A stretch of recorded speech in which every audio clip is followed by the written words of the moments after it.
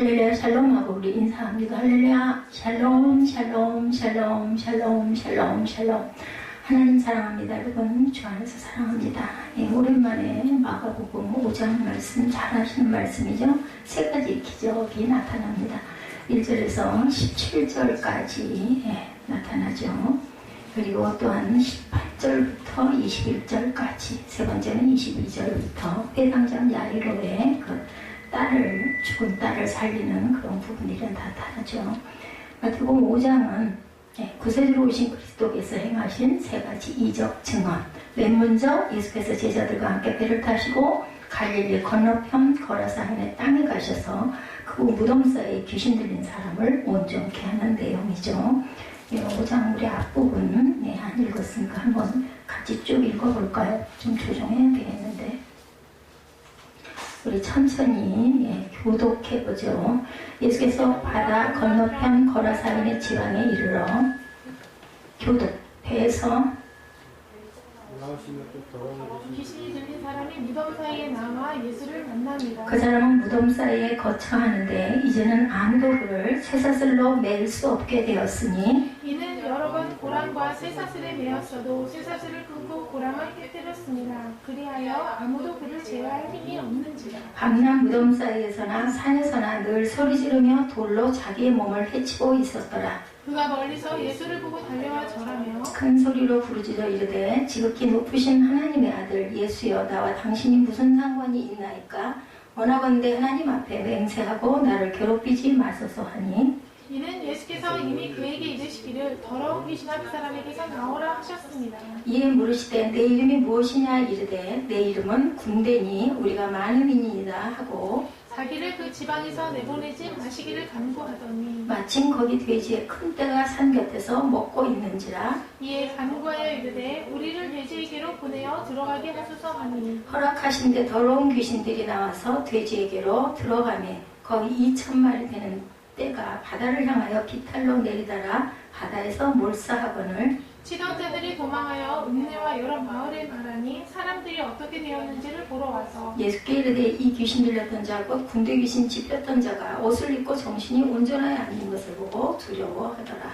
이에 귀신 들렸던 자가 당한 것과 돼지의 일을 본 자들이 그들에게 알림해 그들이 예수께 그 지방에서 떠나시기를 간구하더라. 18절 예수께서 배에 오르실 때 귀신 들렸던 사람이 함께 있기를 간구하였으나 허락하지 아니하시고 그에게 이르시되 집으로 돌아가라. 주께서 내게 어떻게 큰 일을 행하사 너를 불쌍히 여기신 것을 내 가족에게 알리라 하시고, 그가 가서 예수께서 자기에게 어떤 큰 일을 행하셨는지를 대가 볼리에 전파하니 모든 사람이 놀랍게 여기더라. 여기까지죠. 21절에는 예수께서 배를 타시고 다시 맞은편으로 건너가시니 큰 무리가 그에게 모여오거늘 위에 바닷가에 계시더라. 회당장 중에 하나인 야이로라는 이가 와서 예수를 보고 발 앞에 엎드려 간곡히 구하여 이르되 내 어린 딸이 죽게 되었사오니 오셔서 그 위에 손을 얹으사 그로 구원을 받아 살게 하소서 하거늘 이에 그와 함께 가실새 큰 무리가 따라가며 에워싸 밀더라. 이러고 나서 혈루증 여자의 믿음에 대한 부분은 세 가지로 이렇게 나타나죠. 그래서 더러운 귀신아 그 사람에게서 나오라 하죠. 예수께서 그에게 물으시기를 내 이름이 뭐냐 하니까 군대다. 우리 읽은 내용 중에 나타납니다. 그날 예수께서는 그 남자에게 군대 귀신을 쫓아내셨어요. 그 사람이 정신이 온전케 되어서 옷을 단정히 차려입고 주님과 함께 있기를 간청했지만 허락하지 않습니다. 돌아가라 그러죠. 주께서 내게 어떻게 큰 일을 행해서 너를 불쌍히 여긴 것을 친히 신속하게 구하라고 하십니다. 그 사람은 예수님이 자기 어떻게 행하신 것인가를 그 지역에 널리 전파하죠. 이 기적은 예수 그리스도께서 이 세상에 오신 중요한 목적 가운데 하나가 마귀에게 종살이하는 자를 도와주기 위함이라는 것을 증거하시는 내용이다. 요한일서 3장 8절에 이르기를, 여기 나와 있는 말씀들을 좀 보시면 됩니다. 3장 8절에 말씀하죠. 하나님의 아들이 나타나신 것은 마귀의 일을 멸하려 하심이라 이렇게 증거되어 있습니다.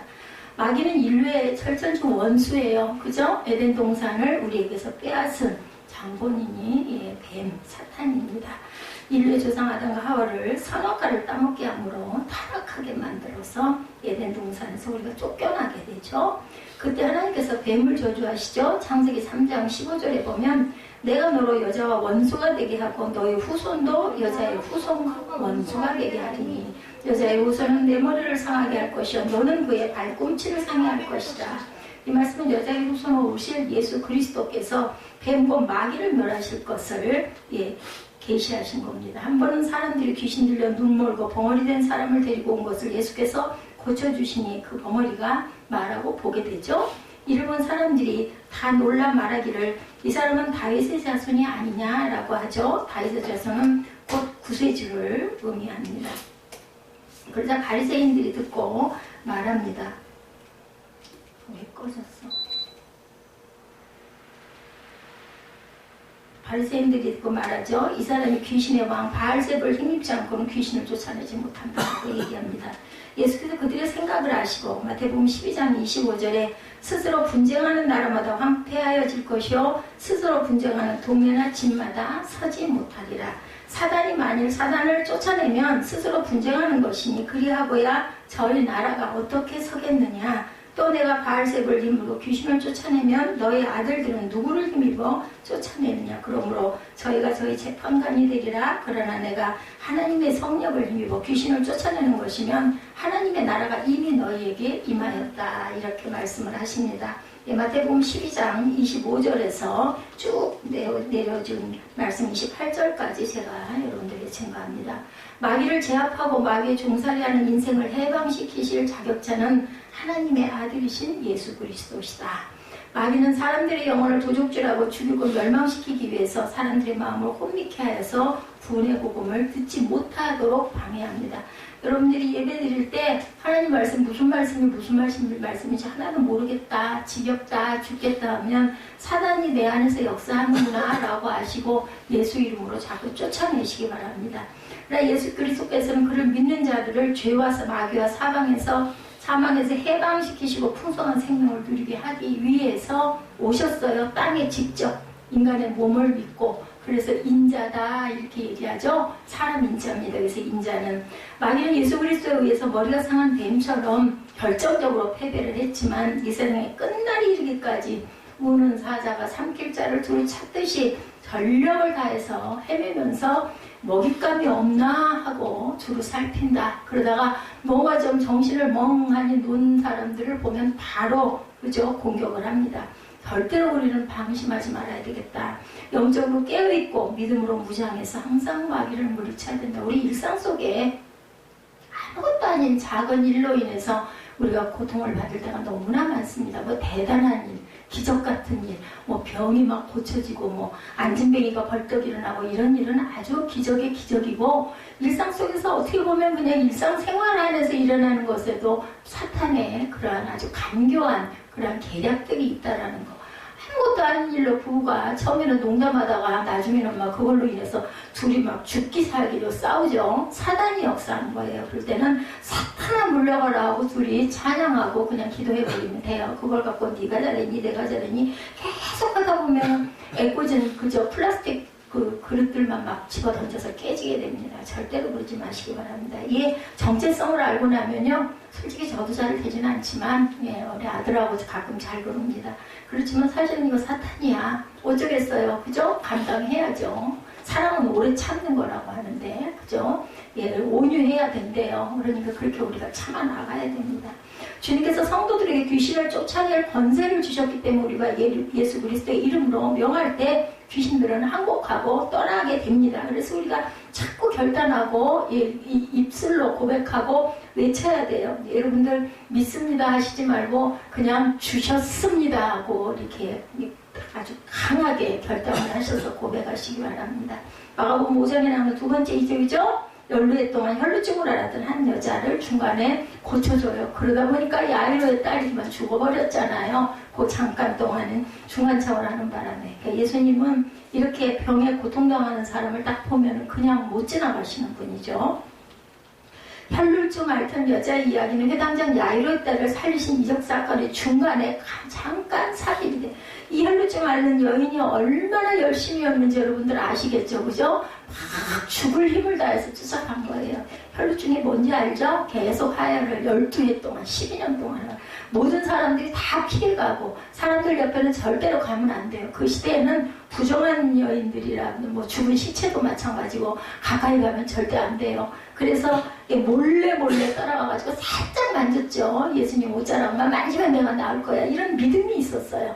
그랬더니 벌써 예수님은 자기에게서 능력 나간 걸 알고 누구냐고 물어보니까 이 여인이 그냥 부들부들 떨죠. 그러면서도 나와서 고백하는 부분이 나타납니다. 우리가 담대해야 돼요. 그냥 난 절대 안 그래서 시침 빼지 마시고 어차피 일 때는 그냥 접니다 할 줄도 아는 용기도 있어야 되겠죠. 저는 이 본문을 읽으면서 그런 생각을 했어요. 나 같으면 그냥 겁이 나가지고 좀 앞으로 못 나갔을 텐데 이 여인은 다 나가죠. 야이로 입장에서 보면 이 여자가 진짜 싫었을 것 같아. 내 딸이 지금 아주 그냥 정말 그 총각을 다투고 있는데 이게 뭐야 중간에서 모시고 가는 중에 이런 일이 일어나죠. 이 여자를 무시하지 않으십니다. 그리고 그 믿음을 기뻐하시는 내용이 나오죠. 예수 그리스도께서는 누구든지 믿음으로 나오는 사람을 절대로 결코 외면하지 않으신다라는 것. 거라사인의 땅에 가셔서 군대 귀신을 쫓아내시고 배를 타고 건너편으로 오시니 또 큰 무리들이 그런 거 보기 위해서였을 것 같아요. 우리들도 그렇잖아요. 무슨 뭐가 일어난다 하면 막 사람들이 모여들죠. 그런 것처럼 예수님 당시 이때는 아예 막 그냥 죽은 자를 살리고 막 물을 가르고 막 물이 포도주가 되고 막 이런 것 때문에 사람들이 더 많이 몰리지 않았을까. 아직 바닷가에 계시는데 회당장 야이로라는 사람이 찾아와서 예수님을 뵙고 그 발 아래 엎드려 청합니다. 내 어린 딸이 죽게 됐다. 오셔서 그 아이에게 손을 얹고 고쳐주시고 살려달라고 이렇게 막 간구하죠. 예수님께서 그와 함께 가시자 많은 사람이 다 따라옵니다. 예수님을 에워싸고 뭐 얼마나 사람이 많으니까 밀치고 막 난리. 지금 같은 막 차를 타고 각자 갔을 텐데 그때는 그런 게 없었으니까 사람 따라서 계속 밀려가는 거죠. 그 많은 사람 가운데 쇠약해질 대로 쇠약한 여자가 어쩌면 밟혀서 죽었을 수도 있어요. 섞여 있었던 거죠. 이 여자는 12해 동안 혈루증을 알아온 여자. 그동안 이 여자는 많은 의원도 찾아다니고 뭐 가진 재물 다 탕진했겠죠. 아무리 해도 병원도 중해지고 낫지를 않습니다. 가진 것도 이제 하나도 없어. 이 여자가 나사렛 예수의 소문을 듣습니다. 나사렛 예수라고 왜 이름이 나사렛 예수인지 혹시 모르시는 분 계세요? 나사렛이란 동네에서 태어나셔서 자라신 동네 이름이에요. 나사렛은 이름은 예수죠. 여호수아입니다. 여호수아. 여호수아를 줄여서 예수가 된 거죠.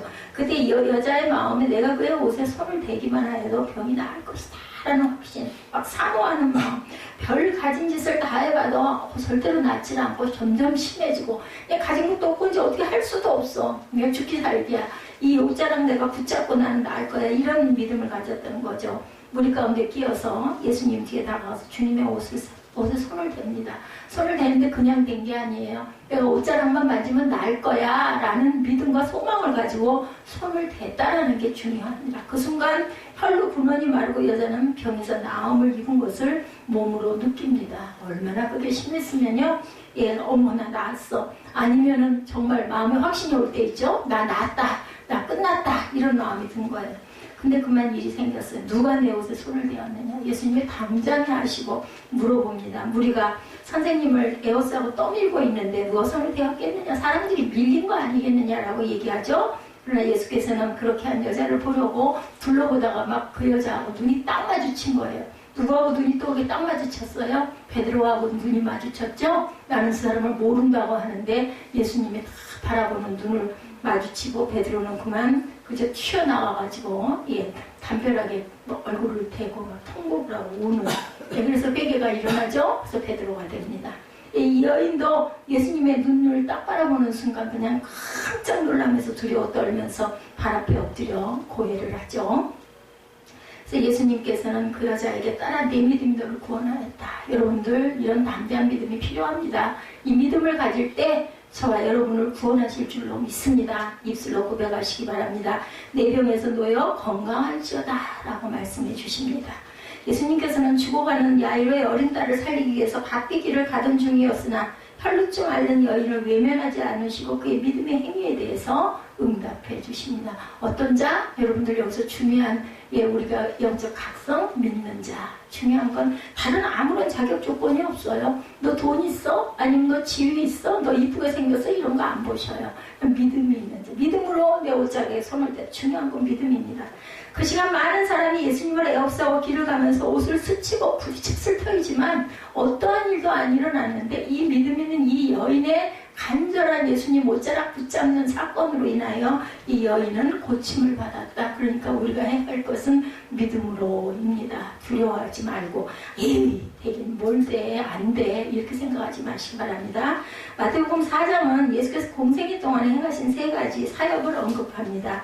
4장 23절에 보면 예수께서 온 갈릴리에 두루 다니사 그들의 회당에서 가르치시고 천국 복음을 전파하시며 백성 중에 모든 병과 모든 약한 것을 고치시니 그의 소문이 온 수리아에 퍼진지라. 사람들이 모든 앓는 자 곧 각종 병에 걸려 고통당하는 자, 귀신 들린 자, 간질하는 자, 중풍병자들을 데려오니 그들을 고치시더라. 예수님 사역 중에 이렇게 병 고치는 일을 많이 하시죠. 백성을 가르치신 것, 천국 복음을 전파하신 것, 병자를 치유하시는 것이 그리스도의 3대 사역이었어요. 예수께서 오셔가지고 하는 게 가르치시고 복음을 전파하시고 병든 사람을 고치시는 것. 그죠? 특히 예수님께서는 질병을 고치신 데 대해서 마태복음 8장 17절에 이는 선지자 이사야를 통하여 하신 말씀에 우리의 연약한 것을 친히 담당하시고 병을 짊어지셨도다 함을 이루려 하심이더라. 이렇게 증거되어 있죠.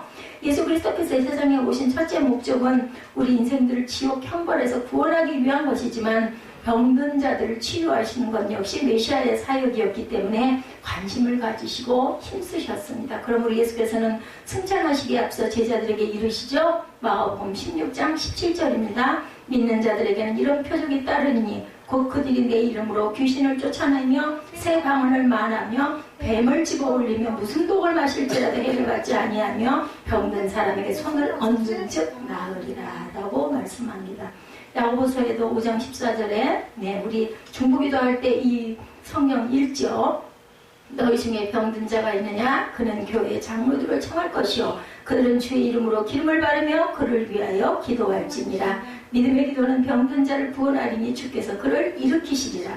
혹시 죄를 범하였을지라도 사하심을 받으리라. 그러므로 너희 죄를 서로 고백하며 병이 낫기를 위하여 서로 기도하라. 의인의 강구는 역사하는 힘이 큼이니라. 여기서 의인은 뭘까요?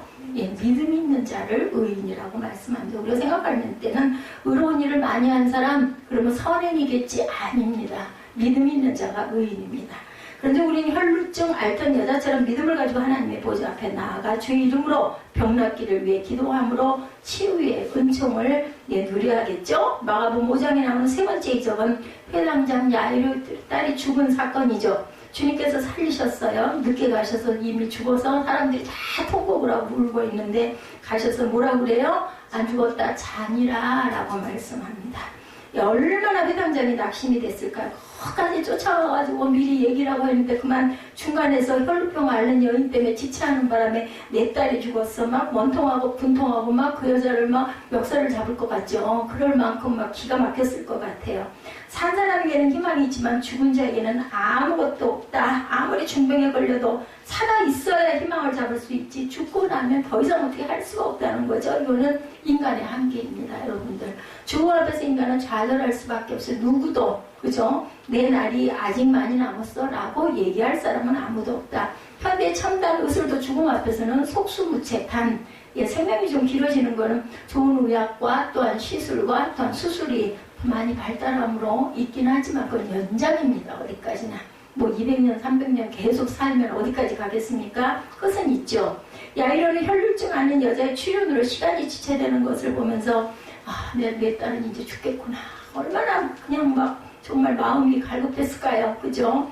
분초를 다투는 절박할 때 혈루증 앓는 여자는 회방꾼일 수밖에 없었어요. 드디어 야이로 예감이 현실이 됩니다. 딸이 죽었습니다 라는 통보가 옵니다. 어째 선생님을 더 괴롭게 하십니까? 조금만 걸음을 재촉해서 딸이 죽기 전에 도착했더라면 딸을 살릴 수 있었을 것인데 누구도 그랬어요? 나사로 그 동생들도 그랬죠? 조금만 일찍 오시지 나흘이나 돼서 이미 썩었습니다 라고 얘기를 합니다. 그죠? 중간에 예상치 못했던 일이 생겨서 딸이 죽었다고 생각합니다. 어떻게 하면 좋아? 이제 죽었어. 이미 어쩔 수 없어. 뭐 했겠어요? 절망하죠. 소망을 버립니다. 그럴 때 예수께서 말하죠. 두려워하지 말고 믿기만. 여기서도 말씀합니다. 믿으라. 또 그 혈루증 여인도 믿음으로 붙들었습니다. 믿음입니다. 두려움을 없애는 유일한 방법은 믿는 것입니다. 우리 아이들이 그러잖아요. 애기들일수록 엄마를 믿죠. 엄마한테 찰싹 달라붙어요. 무서운 걸 보면 그냥 엄마 가슴을 막 파고들면서 울면서 그냥 눈은 감고 막 비비고 들어간다. 안 보려고. 그런데 엄마가 나를 살릴 거야. 그러고 잡아 떼려고 그래서 절대 안 돼. 애들은 손 힘이 얼마나 큰지 꽉 붙잡고 안 놓습니다. 이게 믿음이에요. 이런 믿음. 이 아이와 같은 절대적인 그냥 무조건적인 믿음을 가져야 되겠다. 주님에게는 너무 늦어서 낭패되는 일은 있을 수가 없다라는 것을 알아. 우리가 사람의 생각이에요. 이미 늦었어. 이건 사람입니다. 소녀가 죽은 것은 명백했지만 그것이 예수 그리스도를 좌절하게 만들 수는 없어요. 살아있건 죽었건 주님께는 문제가 없습니다. 생명의 주권이 하나님께 있기 때문에, 예수님께 있기 때문에. 고린도후서 1장 20절이죠. 하나님의 약속은 얼마든지 그리스도 안에서 이해가 되니 그런즉 그로 말미암아 우리가 아멘하여 하나님께 영광을 돌리게 되느니라고 말씀하세요. 네, 아멘. 우리 그 일부 예배 전에 예배 잠깐 드릴 때 그 남자 목사님도 본인이 말씀하시고 아멘 하시지 않습니까? 그래서 이 아멘과 할렐루야는 세계 어디를 가나 통하는 그런 공통어라는 거. 아무것도 몰라도 찬양을 다 통한다고 그러죠. 찬양의 가사를 우리가 따라할 수는 없어. 그 나라 뭐 영어나 아니면 다른 나라 말로 번역이 돼서 그런 거 따라하지만 곡조는 똑같거든요. 그리고 할렐루야하고 아멘은 뭐 어디를 가나 뭐 무조건 그냥 감동하면 할렐루야 하면 됩니다. 그래서 다 통한대요. 서치 발치스로 다 통한다고 그러죠. 얼마든지 예수 안에서는 예스가 된다라는 거. 그러므로 주님께서 회당장 야이로에게 두려워 말고 믿기만 하라. 중요합니다. 그러신 다음에 더 이상 아무도 따라오지 못하게 하시고 수제자 3명 베드로와 요하고와 요한 이 제자만 데리고 회당장의 집으로 들어갑니다. 도로와 살릴 때도 모르셨죠? 딱 다른 사람들 전부 부모도 다 방 밖에 나가라. 내가 얘를 고치겠다. 그러고 베드로가 들어가서 도로가 위에 올라타고 앉아가지고 숨을 불어넣는 그런 그 구절이 나오죠. 주님께서는 죽은 소녀를 살리는 기적을 호기심을 충족시켜주려는 구경거리로 만들기를 원하지를 않습니다. 세 제자를 데리고 가신 것은 그들을 이 이적의 증인으로 삼기 위해서. 드디어 회당장이 집에 들어가시니 초상집 분위기예요. 그 아끼는 딸이 죽었으니까. 유대인들은 가족이 죽으면 입은 옷을 찢고 머리털을 풀어 헤치고 소리 높여 애곡하고 슬픔을 나타내는 의식이 있었어요. 초상집의 분위기를 고조시키기 위해서 돈을 주고 곡하는 사람과 피리 부는 사람들을 또한 데려다 고용하기도 합니다. 38절에 보니까 오늘 보면 회당장의 집에 함께 가서 떠드는 곳과 사람들이 울며 심히 통곡함을 보셨다 이렇게 나타내죠. 여기서 우리는 죽음 앞에서 인간의 무력함, 죽음 앞에서는 속수무책이라고 하죠. 근데 주님께서 곡하는 자들에게 너희가 어찌하여 떠들며 우느냐. 이 아이가 죽은 것이 아니라 잔다라고 하십니다. 사람들은 어떻게 해서 비웃죠. 미쳤나봐. 죽었는데. 그죠? 그런 생각. 믿지 않는 믿음이 없는 사람들이니까. 그들의 언행은 소녀의 죽음이 명백한 사실을 확인시켜줍니다. 그러면 주님께서 이 아이가 죽은 것이 아니라 잔다고 하신 까닭이 있었겠죠. 그 소녀가 죽은 것을 모르실 리는 없습니다. 예수께서는 죽은 나사로에 대해서도 나사로가 잠들었으므로 내가 깨우러 간다라고 날짜를 상관 안 하셔서 할 짓 다 하고 오히려 누적누적 하셨죠. 옆에서 그냥 간이 오그라들 것 같아. 빨랑 좀 가셔야 할 텐데 그죠? 근데도 나사로는 자니까 내 친구 나사로 내가 깨우러 간다 이렇게 말씀하시는 부분이 나타납니다. 생명의 주관자 하나님이시죠. 죽은 사람이라도 잠자는 자를 깨울 듯이 깨울 수 있는 능력, 산 사람이라도 잠재울 수 있는 능력은 오직 창조주에게 있습니다. 예수님께서는 비우는 자들을 방에서 내보내시고 아이의 부모와 세 제자를 데리시고 아이가 누워있는 방에 들어가십니다. 그리고 그 아이의 손을 잡고 달리다곰 일어나라. 아람어예요. 달리다곰 아람어로 이렇게 얘기합니다. 그 소녀가 일어나서 걸었어요. 얼마나 놀랐을까요? 42절에 그 아이의 나이가 12살이더라 라고 나타납니다. 죽은 딸이 살아났을 때 회당장 야이로의 심정은 정말 기가 막히게 말로는 표현할 수가 없어요. 얼마나 예수님이 고마웠을까요? 그죠? 정말 무엇을 줘도 아깝지 않을 정도의 감동이 있었을 겁니다. 예, 그런 예수님을 하나님의 보내심을 받은 구세주라고 확실하게 이것처럼 귀한 기적을 일으킨 것은 예수를 믿게 하려고 기적 일으키는 사건들이 많이 있습니다. 예수께서는 증거하게 하려고. 복음서를 읽어보면 예수께서는 야이르 딸 외에도 나인성 과부의 외아들 나사로도 또한 살리시죠. 예, 나인성 과부의 외아들은 죽어서 장사지례를 가는 것을 만나서 그 상여를 붙잡고 손으로 얹고 살리셨고, 나사로는 죽은 지 나흘이나 돼서 무덤에 장사되었을 뿐만 아니라 썩는 냄새가 나나이다라고 마르다가 얘기하죠. 그랬더니 내 오라비가 다시 살아나리라 라고 마르다에게 말씀하십니다. 마르다가 대답하기를 마지막 날 부활 때는 다시 살아날 줄, 부활은 내가 믿습니다. 지금은 아닙니다 라는 얘기를 이렇게 고백합니다. 요한복음 11장 25절이죠. 그랬을 때 예수께서 말씀하십니다. 나는 부활이요 생명이니 나를 믿는 자는 죽어도 살겠고, 예, 무릇 살아서 나를 믿는 자는 죽지 아니하리라. 나는 부활이요 생명이니 나를 믿는 자는 죽어도 살겠고 살아서 나를 믿는 자는 영원히 죽지 아니라. 이것을 내가 믿느냐. 여기에 아멘 하셔야 돼요. 글쎄 살지 죽을지 난 잘 모르겠어. 이러면 일어나지 않습니다. 마르다가 대답하죠. 주여 그러하이다. 주는 그리스도시요 세상에 오시는 하나님의 아들이신 줄을 내가 믿나이다. 이렇게 고백을 합니다. 예수 그리스도께서는 마지막 날에 믿는 자들을 부활시키실 뿐만 아니라 원하신다면 지금 당장이라도 죽은 자를 지금 당장 살려낼 수가 있습니다. 주님께서 나사렛 무덤에 가셔서 돌문을 옮겨놓고 하신 후에 하늘을 울어서 먼저 기도하시죠. 큰 소리로 그리고 나사로야 나오라 하시니 죽은 지 나흘이나 돼서 썩은 냄새가 나던 나사로가 수족을 배로 동인 채 걸어 나왔다. 예, 그 나라 풍습은 온 몸을 다 배로, 얼굴도 그렇고, 우리 그 동화 보시지 않았어요? 이렇게 막 다 줄줄 말아놨죠? 그것을 본인이 풀면서 나오는 부분을 제가 본 기억이 납니다. 마가복음 5장에 증거하는 이 세 가지 기적, 이것을 우리가 살펴봤습니다. 이 기적은 하나같이 우리의 상상을 초월하는 놀라운 일들인데, 제가 항상 말씀드리지만 이것만 기적은 아니다. 우리가 일상 하루를 사는 것도 기적이에요. 여러분들 한번 곰곰이 묵상해 보세요. 오늘 하루를 내 마음대로 살았나? 아니요. 내 마음대로 사라지지 않습니다. 아무것도 아닌 일로 하루 종일 고생을 하는 날이 있고, 어떤 날은 정말 염려거리가 많았는데도 그냥 잘 해결하고 나머지는 편하게 쉴 때도 있습니다. 하나님의 은혜예요. 여러분들 그걸 아셔야 합니다. 내 마음대로 되는 일은 하나도 없어요. 오늘 하루가 몇 개 아니에요. 하나님이 주시는 선물이고 은혜인 줄로 믿습니다. 마가복음 1장 1절은 하나님의 아들 예수 그리스도의 복음의 시작이라 이렇게 나옵니다. 하나님의 아들 예수 그리스도를 증언하는 것이 복음서를 기록한 목적이라는 뜻이에요. 예, 하나님의 아들 예수 그리스도의 복음의 시작이라. 복음이 뭐예요? 영어로 굿뉴스, 기쁜 소식이라고 말씀하죠. 예수를 믿는다고 하면서도 하나님의 아들로 믿지 않고 위대한 사람으로 알고 믿는 사람들도 많아요. 신학자들 가운데도 왜 예수님의 하나님의 아들이 아닌지를 입증하려고 아주 애를 쓴다고. 도대체 나는 신학자들 정말 그 은혜를 받은 사람들인가 하는 생각이 들어요. 막 그걸로 논중하고 막 싸웁니다. 뭐 신학대학원에서 수업 진도를 못 나간대요. 그걸로 목사하고 그 교수하고 들러붙어가지고 그걸 가지고 막 10분, 20분씩 따지다 보면 끝이 안 난다고 그래. 아주 신학생들은 죽을 맛이죠. 그렇게 고집들이 생 거죠. 왜 예수님의 하나님의 아들이 아닌지를 그렇게 입증을 해야 된다. 요즘에는 또 뭐 레비게이터? 그 이단은 아닌데 그런 걸로 그렇게 논증을 해야 되는 그런 사람들 아주 좋지 않게 보는 경향이 있다고 합니다. 마지막은 어딜까요?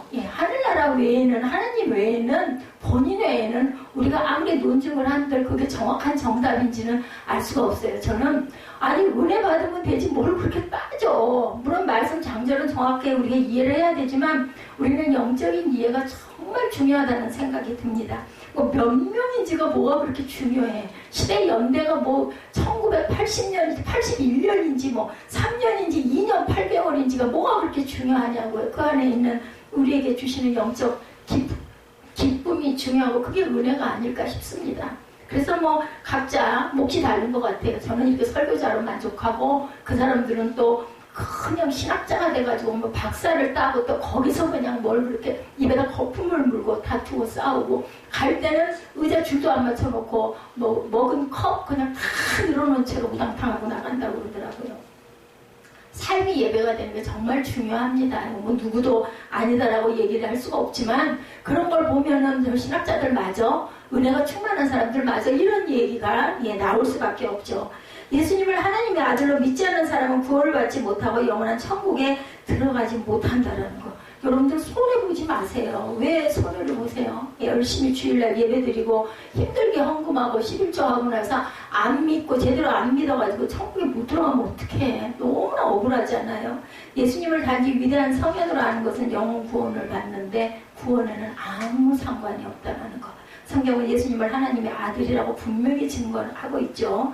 우리가 너무 잘 아는 요한복음 3장 16절이죠. 하나님이 세상을 이처럼 사랑하사 독생자를 주셨으니 이는 그를 믿는 자마다 멸망하지 않고 영생을 얻게 하려 합니다. 여기도 또 뭐 나와요? 믿는 자마다. 믿는 것. 믿음이 중요합니다. 여러분 믿으니까 이 자리에 나와 앉아있지. 제 얼굴 보려고 나오신 분은 한 분도 안 계실 거예요. 근데 그렇다면은 우리가 최선과 최고가 돼야 되지 않겠어요? 세상 일을 할 때도 우리가 되도록이면 최선을 다해서 최고의 수확을 얻으려고 하면서 아니 믿음 생활하는 거 예배드리는 것은 왜 최선과 최고를 안 하세요? 욕심을 내셔야 돼요. 천국은 친노하는 자의 것이라고 합니다.